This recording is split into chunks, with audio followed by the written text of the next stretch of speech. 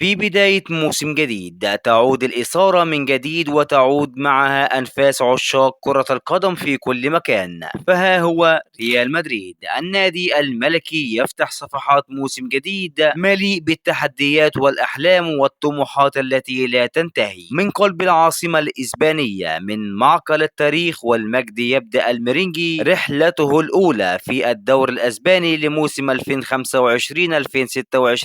في مواجهة ليست سهلة أبدا أمام خصم عنيد بحجم نادي أوساسونا في الجولة الأولى من الليغا. ريال مدريد بقيادة مدربه الإسباني يدخل اللقاء وسط طموحات ضخمة ورغبة أكيدة في استعادة اللقب الغائب من جديد وفتح صفحة جديدة من الهيمنة المحلية والقارية. أما أوساسونا ذلك الفريق المقاتل صاحب المفاجآت الكبرى فيسعى لأن يفسد انطلاقة الميرينجي ويبرهن مرة أخرى على إنه ليس بالخصم السهل بل خصم يعرف كيف يصنع آلام للكبار. كل شيء سيتحدد على المستطيل الأخضر في ليلة ينتظرها الملايين بشغف حيث لا مجال للأخطاء ولا مكان للتهاون. مباراة ريال مدريد ضد نادي أوساسونا ضمن منافسات الجولة الأولى من بطولة الدوري الأسباني ستبدأ وتنطلق المباراة يوم الثلاثاء القادم الموافق 19 من الشهر الجاري على استاد سانتياغو برنابيو في تمام الساعة 8 مساء بتوقيت المغرب والجزائر وتونس، 9 مساء بتوقيت ليبيا والسودان، 10 مساء بتوقيت مصر والسعودية وسوريا والعراق وفلسطين. على أن تذاع هذه المباراة عبر شاشة بي إن سبورت 1. بكده يبقى وصلنا لنهاية فيديو اليوم وتعرفنا مع بعض على كل تفاصيل هذه المباراة. أتوقع مكسب نادي ريال مدريد في هذه المباراة بنتيجة 3-1. لو حضراتكم أيضا من متوقعي نتائج المباريات يا ريت طبعا تشاركونا توقعاتكم عن نتيجة هذه المباراة في التعليقات. دمتم في أمان الله والسلام عليكم ورحمة الله تعالى وبركاته.